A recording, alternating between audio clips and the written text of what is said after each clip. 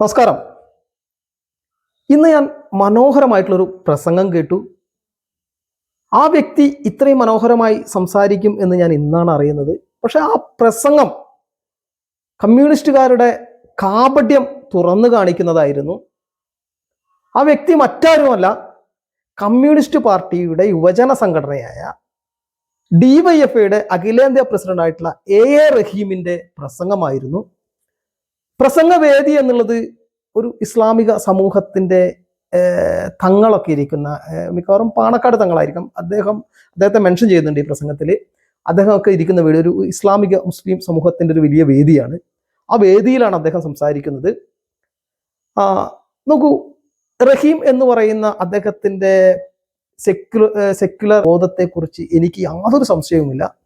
അദ്ദേഹം അമൃത എന്ന് പറയുന്ന ഒരു ഹിന്ദു യുവതിയെയാണ് വിവാഹം കഴിച്ചത്. ജന്മം കൊണ്ട് ഹിന്ദു യുവതി, ഒരു കമ്മ്യൂണിസ്റ്റ് ആയിരിക്കും, അതുകൊണ്ട് മതം ഉണ്ടെന്ന് പറയാൻ കഴിയില്ല. പക്ഷെ അദ്ദേഹത്തെക്കുറിച്ച് നമ്മൾ ചില കാര്യങ്ങൾ മനസ്സിലാക്കണം. അദ്ദേഹത്തിന്റെ, അതായത് യൂണിവേഴ്സിറ്റി കോളേജിൽ നിന്ന് അദ്ദേഹത്തിന്റെ ബിരുദവും ബിരുദാനന്തര ബിരുദവും ഇസ്ലാമിക് സ്റ്റഡീസിലായിരുന്നു, ഇസ്ലാമിക് ഹിസ്റ്ററിയിലായിരുന്നു. അദ്ദേഹം അദ്ദേഹത്തിന്റെ ഡോക്ടറേറ്റിന് PhDക്കുള്ള തീസിസായി തിരഞ്ഞെടുക്കപ്പെട്ടത് അച്ചടി മാധ്യമങ്ങളും ഇസ്ലാമിക നവോത്ഥാനവും എന്നായിരുന്നു. അച്ചടി മാധ്യമവും ഇസ്ലാമിക നവോത്ഥാനവും. അപ്പൊ എല്ലാം അദ്ദേഹത്തിന്റെ ചിന്തകളും അദ്ദേഹത്തിന്റെ പഠന വിഷയങ്ങളും എല്ലാം ഒരു കമ്മ്യൂണിസ്റ്റുകാരൻ. ഇപ്പോൾ നമുക്കറിയാം, നമ്മൾ തോമസ് ഐസക്കിനെ കയറുപിരി എന്നെല്ലാം പറഞ്ഞ് കളിയാക്കാറുണ്ട്. കയർ തൊഴിലാളികളുടെ അതുമായിട്ടാണ് അദ്ദേഹത്തിന്റെ PhD തീസിസ് ഉണ്ടായിരുന്നത്. ഒരു കമ്മ്യൂണിസ്റ്റുകാരന് തൊഴിലാളികളെ കുറിച്ചാണ് ചിന്തിക്കുക. പക്ഷെ നമുക്ക് ഏറ്റവും താല്പര്യമുള്ള വിഷയമായിരിക്കും, ഇസ്ലാമിക താല്പര്യമായിരിക്കാം, ഇസ്ലാമികപരമായിട്ടുള്ള കാര്യങ്ങളായിരിക്കാം റഹീമിന് താല്പര്യം. അതുകൊണ്ട് അദ്ദേഹത്തിന് മതേതരവാദി അല്ല എന്നല്ല ഞാൻ പറയുന്നത്. എന്തായാലും നിങ്ങൾ ഈ വീഡിയോ ഒന്ന് ജസ്റ്റ് ഒന്ന് കാണും. നിങ്ങൾ തന്നെ ഏറെക്കാലമായി പലായനം ചെയ്യാൻ പ്രേരിപ്പിച്ച, മക്കയിൽ തന്നെ കല്ലെറിഞ്ഞവർ, വേട്ടയാടിയവർ, ആട്ടിയോടിച്ചവർ, അവരെല്ലാവരും കീഴടങ്ങി നിൽക്കവേ ഏതായുധവും ആർക്കുനേരെയും പ്രയോഗിക്കാം, ഏതാക്രമണവും നടത്താം എന്നിരിക്കെ പ്രവാചകൻ ഖസ്വ എന്ന തന്റെ ഒട്ടകപ്പുറത്തിരുന്ന് ചുറ്റിലുമുണ്ടായിരുന്ന മുഴുവൻ സഹാബക്കളോട് ഉറക്കെ വിളിച്ചു പറഞ്ഞൊരു സന്ദേശമാണ്.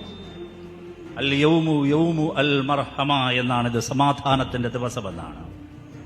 അവിടെയാണ് ഇംഗ്ലീഷ് ചരിത്രകാരന്മാർ അത്ഭുതാതരവോടുകൂടി കുറിച്ചിട്ടത്, never never in history was there another victor who showed such love and mercy for the fallen foe. എത്ര മനോഹരമായിട്ടാണ് അദ്ദേഹം ജനിച്ചു വളർന്ന ആ മതത്തെക്കുറിച്ച്, അതിന്റെ പ്രവാചകനെ കുറിച്ച് അദ്ദേഹം വർണ്ണിക്കുന്നത്. ആ റഹീം ഒരു വേദിയിൽ അദ്ദേഹം ഈ പ്രസംഗത്തിന്റെ അവസാനം ഉദ്ധം സിംഗിനെ കുറിച്ചൊക്കെ വളരെ മനോഹരമായ വാക്കുകളിൽ പറയുന്നുണ്ട്. ഉദ്ധം സിംഗ് അവസാനം കോടതി രേഖകളിൽ പറയുന്നു, എൻ്റെ പേര് നിങ്ങൾ റാം മുഹമ്മദ് സിംഗ് ആസാദ് എന്ന് എഴുതൂ എന്നൊക്കെ. അതൊക്കെ യാഥാർത്ഥ്യമാണ്, വളരെ മനോഹരമായി അത് അവതരിപ്പിക്കുന്നു. പക്ഷെ അദ്ദേഹം അതിനിടയിൽ വിഷം കയറ്റുന്ന ചില പ്രയോഗങ്ങൾ നടത്തി. അതുകൂടി നിങ്ങളൊന്ന് കാണുക കേട്ടോ. പ്രവേശനം എംപിമാർക്ക് പോലും നിഷേധിക്കപ്പെട്ടൊരു പള്ളി. ആ പള്ളിക്കകത്താണ് സ്നേഹത്തിന്റെയും സമാധാനത്തിന്റെയും മതസൗഹാർദ്ദത്തിന്റെയും പാട്ടുകൾ എഴുതിക്കൊണ്ടിരുന്ന കവി കൂടിയായ ഇമാമിനെ വെട്ടിനുറുക്കി കൊന്നുകളഞ്ഞത്. അല്ലാഹു മഫ്തഹലി അബുവാബ റഹ്മത്തിക്ക എന്ന് പറഞ്ഞാണ് ഒരു മുസ്ലിം മസ്ജിദിനുള്ളിലേക്ക് പ്രവേശിക്കുന്നത്. അല്ലാഹുവേ, അനുഗ്രഹത്തിന്റെ റഹ്മത്തിന്റെ വാതിലുകൾ എനിക്കു നീ തുറന്നിട്ടു തന്നാലും എന്ന് പറഞ്ഞാണ്. സൂറത്തുൽ ജിന്നിൽ അസന്നിഗ്ധമായി പറയുന്നുണ്ട്, തീർച്ചയായും മസ്ജിദുകൾ അള്ളാഹുവിനുള്ളതാണ് എന്ന്. നോക്കൂ, ഈ കേരളത്തിൽ DYFI അടക്കമുള്ള കമ്മ്യൂണിസ്റ്റ് പ്രസ്ഥാനങ്ങൾ ഓരോ ഗ്രാമാന്തരങ്ങളിൽ വേദിയൊരുക്കിക്കൊണ്ട് ഗുജറാത്ത് ഗർഭിണി, ശൂലം, ഭ്രൂണം എന്നുള്ള വിഷം ഇവിടേക്ക് വമിപ്പിച്ചു. അതുകൊണ്ട് തന്നെ ഇവിടത്തെയുള്ള മുസ്ലിം ചെറുപ്പക്കാരിൽ ഒരുതരം വലിയ വെറി ഉണ്ടായി. ആ വെറിയാണ് കൃത്യമായിട്ട് ഇവിടെ നോക്കൂ, ഒരു മുറിവ് ഉണക്കാനല്ല അവർ ശ്രമിച്ചത്. ആ മുറിവിൽ വീണ്ടും വീണ്ടും ചൊറിമാന്തി പുണ്ണുമാന്തി വ്രണമാക്കി, അങ്ങനെ അതിനെ മനസ്സിൽ നിന്ന് മായ്ക്കാതെ വെക്കുകയാണ് ഈ കമ്മ്യൂണിസ്റ്റുകാരൻ ചെയ്തത്. സ്നേഹത്തിന്റെ ഗാഥകളല്ല ഇവർ പറയുന്നത് എന്നുള്ളത് തന്നെയാണ്. നോക്കൂ, എവിടെയോ കിടന്ന നേരെ പോട്ടെ, ആ വേദിയിൽ ചെന്നുകൊണ്ട് കൃത്യമായിട്ടൊരു കമ്മ്യൂണിസ്റ്റുകാരന്റെ വാക്കുകളാണോ റഹീമിന്റെ ഭാഗത്തു നിന്ന് ഉണ്ടായത്. അദ്ദേഹം അവിടെ നിന്ന് പറയുകയാണ്, ഇപ്പൊ ഹിന്ദു വേദിയിൽ ചെന്ന ഒരു കമ്മ്യൂണിസ്റ്റുകാരൻ ആർജവമുള്ളവരാണെങ്കിൽ നിങ്ങൾ ഈ ചെയ്യുന്നത് ശരിയല്ല എന്ന് പറയാൻ തയ്യാറാകണം. പഹൽഗാമിൽ നോക്കൂ, തുണി മാറ്റിക്കൊണ്ട് അവന്റെ ഈ ലിംഗഛേദനം നടത്തിയിട്ടുണ്ടോ അല്ലെങ്കിൽ സുന്നത്ത് കഴിച്ചിട്ടുണ്ടോ നോക്കി മുസ്ലിം ആണോ ഹിന്ദു ആണോ എന്ന് പരിശോധിച്ചുകൊണ്ട് ആളുകളെ വെടിവെച്ച് കൊന്നപ്പോൾ റഹീമിന്റെ ശബ്ദം ഉയർന്നിരുന്നില്ല. ഈ വേദിയിൽ ചെന്നുകൊണ്ട് ഇത്തരം കാര്യങ്ങൾക്കെതിരെ ഈ സമൂഹത്തിൽ നിന്ന് എതിർപ്പ് ഉണ്ടാകണം, അത്തരം കാര്യങ്ങളെ പ്രോത്സാഹിപ്പിക്കരുത് എന്ന് ഉറക്കെ പറയുകയായിരുന്നെങ്കിൽ നമുക്ക് കമ്മ്യൂണിസ്റ്റ് റഹീം എന്ന കമ്മ്യൂണിസ്റ്റിനെ അംഗീകരിക്കാമായിരുന്നു. ജോസഫ് മാഷിന്റെ കൈവെട്ടിയത് ഒരിക്കലും അംഗീകരിക്കാനാവാത്തതെന്ന് റഹീം പറയുകയായിരുന്നെങ്കിൽ നമുക്ക് അംഗീകരിക്കാമായിരുന്നു. ഇവിടെ നിന്ന് ഒട്ടനവധി പെൺകുട്ടികളെ സിറിയയിലേക്ക് കടത്തിയത്, ഇന്ത്യൻ അതിർത്തിയിൽ പോയി ഇന്ത്യൻ പട്ടാളത്തിനെതിരെ യുദ്ധം ചെയ്യാൻ പോയി വെടിയേറ്റ് വീണവന്മാരെ അത്തരം ആളുകളെ പ്രോത്സാഹിപ്പിക്കരുതെന്ന് പറയുകയാണെങ്കിൽ, അങ്ങനെയുള്ള ഒത്തിരി ആളുകൾ ജയിലിൽ കടക്കുന്ന മദനിയെ സപ്പോർട്ട് ചെയ്യുന്ന ആളുകളാണ് ഇവര്. ഈ വേദിയിൽ കയറിയുന്നതുകൊണ്ട് ഇത്തരം കാര്യങ്ങൾ ശരിയല്ല, നമ്മുടെ ഈ സമൂഹം അതിനെതിരെ നിൽക്കണം എന്ന് പറയുകയാണെങ്കിൽ, ഇതൊക്കെ പറഞ്ഞിട്ട് അതിനുശേഷം അതിനോട് കൂട്ടിച്ചേർത്തുകൊണ്ട് പറയുകയാണെങ്കിൽ കുഴപ്പമില്ല. അവർ നിങ്ങളോട് ഇങ്ങനെ ചെയ്യുന്നു. ഒരു ഇമാമ് സ്നേഹത്തിന്റെ ഗാഥ പാടുന്ന ഒരു ഇമാമിനെ പള്ളിയിലിട്ട് ക്രൂരമായി വെട്ടിക്കൊന്നു അവർ എന്ന് പറയുന്നു. അത് മുറിവ് ഉണക്കാനാണോ, മുറിവിൽ മുളകരച്ച് തേക്കുന്നതാണോ? നിങ്ങൾ ചിന്തിക്കുക.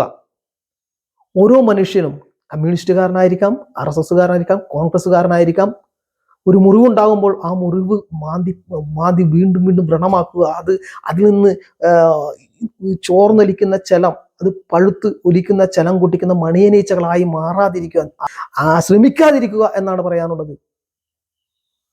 ഒട്ടനവധി എല്ലാ മതങ്ങൾ എന്ന് പറയുന്ന ഈ സംവിധാനങ്ങളെല്ലാം മനുഷ്യത്വ വിരുദ്ധമാണ് എന്ന് തന്നെ പറയേണ്ടി വരും. ഏത് മതവിഭാഗത്തിന്റെ ഭാഗത്തു നിന്നും ഇത്തരം അക്രമങ്ങൾ ഉണ്ടായിട്ടുണ്ട്, വർഗീയ കലാപങ്ങൾ എന്നും ഉണ്ടായിട്ടുണ്ട്. ഇപ്പൊ ഗുജറാത്ത് കലാപമാണെങ്കിലും ഗോത്രാനന്തര കലാപം എന്ന് തന്നെ ഗുജറാത്ത് കലാപത്തെ പറയേണ്ടി വരും. ഗോവയിൽ നടന്ന ഇൻക്വിസിഷൻ നടപടികൾ, ജീവനോടെ ചുട്ടരിച്ചു കൊല്ലപ്പെട്ട കൊങ്കണി സമുദായത്തിൽപ്പെട്ട ഹിന്ദു സമുദായത്തിൽപ്പെട്ട ആയിരക്കണക്കിന് ആളുകളോട് ക്രിസ്ത്യാനിറ്റി മാപ്പ് പറയുമോ? 1921 തൂർ കിണറിൽ തല വെട്ടിയരിഞ്ഞു മാറ്റി തള്ളപ്പെട്ട ആളുകളോട് ഇന്ന് മുസ്ലിം സമുദായം ക്ഷമ ചോദിക്കുമോ? 90കളിൽ കശ്മീരിൽ നിന്ന് ഓടിക്കപ്പെട്ട കശ്മീർ പണ്ഡിറ്റുകളോട് ഈ രാജ്യത്തെ മതം പറഞ്ഞുകൊണ്ട് ഈ രാജ്യത്തെ വെട്ടിമുറിച്ച് ആ കാര്യത്തിൽ ഖേദം പ്രകടിപ്പിക്കുമോ? അപ്പൊ ഒരു വിഭാഗം മാത്രമാണ് അക്രമം ഉണ്ടാക്കുന്നതെന്ന് മറ്റൊരു വിഭാഗത്തിന്റെ വേദിയിൽ പോയിക്കൊണ്ട് അവരുടെ ആ മതത്തെ പുകഴ്ത്തിക്കൊണ്ട്, ഇല്ലെങ്കിൽ ഞാനും നിങ്ങളുടെ ഇടയിൽ ഒരാളാണെന്ന് ധ്വനിപ്പിക്കുന്ന രീതിയിലുള്ള ആ ഒലിപ്പിക്കൽ നടത്തിക്കൊണ്ട് ഒരു കമ്മ്യൂണിസ്റ്റുകാരൻ പ്രസംഗിക്കുമ്പോൾ, ഹേ കമ്മ്യൂണിസ്റ്റുകാരൻ, നിങ്ങൾ കാപഡ്യക്കാരനാണ് എന്ന് പറയേണ്ടി വരും എന്നുള്ളത് തന്നെയാണ്. നിങ്ങൾ ഈ വീഡിയോ കൂടി ഒന്ന് കാണൂ. മഹത്തായ വിശ്വവിഖ്യാതമായ മക്കം ഫതഹിന്റെ വിജയദിനം കടന്ന് കഅബയിൽ ആദ്യമായി ബാങ്ക് മുഴക്കാൻ പ്രവാചകൻ ചൂണ്ടി വിളിച്ചത് മഹാനായ ബിലാൽ റളിയല്ലാഹു അൻഹുവിനെയായിരുന്നു. ഏറെ പ്രിയപ്പെട്ട ഉമറും അബൂബക്കറും അലി റളിയല്ലാഹു അൻഹുവുമെല്ലാം ചുറ്റിലുമുള്ളപ്പോൾ സഹാബാക്കളിൽ നിന്ന് പ്രവാചകൻ അതിന് അനുമതി നൽകിയത് മഹാനായ ബിലാലിനെയായിരുന്നു. എന്തുകൊണ്ട് കഅബയിൽ ആദ്യമായി ബിലാലിന്റെ ശബ്ദം മുഴങ്ങി എന്നത് ലോകമാനവികതയ്ക്ക് കൊടുക്കുന്ന ഇസ്ലാമിന്റെ ഏറ്റവും മൂർത്തമായ സന്ദേശമാണ് എന്ന് നമുക്ക് ചരിത്രത്തിൽ കുറിച്ചിടാം. ഒരു കമ്മ്യൂണിസ്റ്റുകാരന്റെ മേലങ്കി എടുത്ത് അണിഞ്ഞുകൊണ്ട് നിർലജ്ജം മതപ്രീണനം നടത്തുന്ന, മതപ്രഘോഷണം നടത്തുന്ന റഹീം, ഇത് അത്യന്തം ലജ്ജാകരമാണെന്ന് പറയാതെ വയ്യ. നോക്കൂ, ഒരു കമ്മ്യൂണിസ്റ്റുകാരൻ ആർജവമുണ്ടെങ്കിൽ ഏത് വേദിയിലായാലും അവൻ കമ്മ്യൂണിസ്റ്റുകാരനായിരിക്കാൻ ശ്രമിക്കുക. നിങ്ങളുടെ ഉള്ളിലുള്ള ആ വിഷമാണ് പുറത്തേക്ക് വന്നത്. ഇവിടെ നിങ്ങൾ പറഞ്ഞ ഈ പ്രസംഗത്തിൽ, നിങ്ങൾ അവസാനം 11 മിനിറ്റോളമുള്ള നിങ്ങളുടെ ഈ പ്രസംഗത്തിൽ അവസാനം നിങ്ങൾ പറയുന്നുണ്ട് ഡിവൈഡ് ആൻഡ് റൂൾ ആയിരുന്നു ബ്രിട്ടീഷുകാരുടെ ഏറ്റവും വലിയ ആയുധം എന്നത്. ആ ഇന്ത്യ വിഭജനത്തിന് ഏറ്റവും അധികം ഒത്താശ പാടിയ ഒരു പ്രസ്ഥാനം ഇന്ത്യൻ കമ്മ്യൂണിസ്റ്റ് പ്രസ്ഥാനമായിരുന്നു. ഇന്ത്യ 3ആയി വിഭജിക്കുക എന്നതല്ല, 46 ഉപദേശിതകളാണ്, 46ആയി ഇന്ത്യ വിഭജിക്കണം എന്ന് പറഞ്ഞ ആളുകളാണ് കമ്മ്യൂണിസ്റ്റുകാർ. ഇവിടുത്തെ അന്നത്തെ ജിന്നയ്ക്ക് ഏറ്റവും അധികം സഹായകരമായി നിന്നത് കമ്മ്യൂണിസ്റ്റുകാരാണ് ഇന്ത്യ വിഭജനത്തിന്.